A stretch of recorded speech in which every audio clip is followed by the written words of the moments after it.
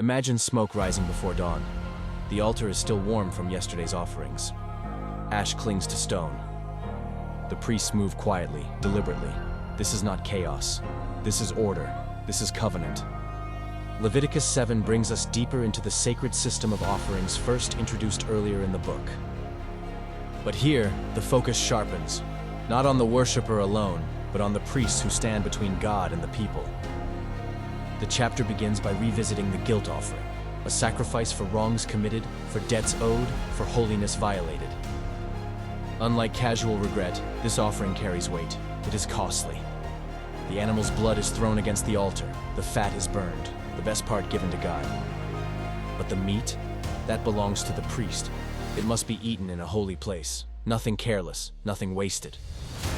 Because at the heart of Leviticus 7 is this principle. What is holy must be handled as holy. The same is true for the sin offering. The priest who makes atonement receives the meat. God provides for his servants through the very sacrifices meant for reconciliation. Grace feeds the mediator. Then the chapter turns to the fellowship offering, also called the peace offering. And here, the tone subtly shifts. This isn't only about guilt, it's about gratitude. There are three kinds described: a thanksgiving offering, a vow offering, a free will offering. The thanksgiving sacrifice includes not just meat, but bread. Unleavened cakes mixed with oil, wafers brushed with oil, and even loaves made with yeast. One loaf from the offering is lifted up and given to the priest.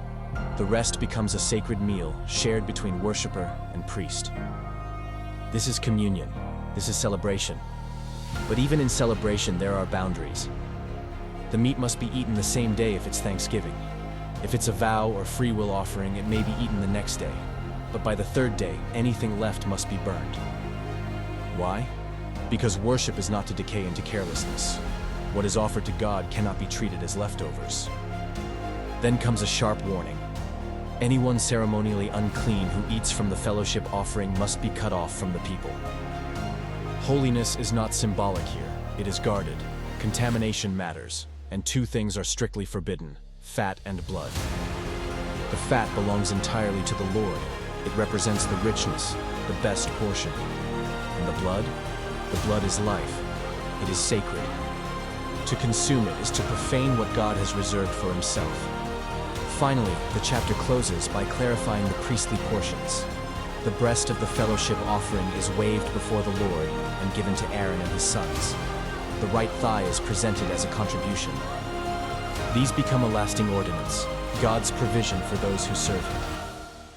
And then, almost quietly, the chapter reminds us, these are the regulations given at Mount Sinai, on the day the Lord commanded the Israelites to bring their offerings. This wasn't invented religion. This was revealed relationship. Leviticus 7 may seem like ritual detail, measurements, portions, timelines, but beneath it beats a powerful truth. God is not casual about holiness. He provides a way for guilt to be covered. He invites his people to celebrate peace with him, but he sets the terms. The fire on the altar burns, the blood is poured out, the meal is shared. And in it all, a message echoes across centuries. Approach God with reverence.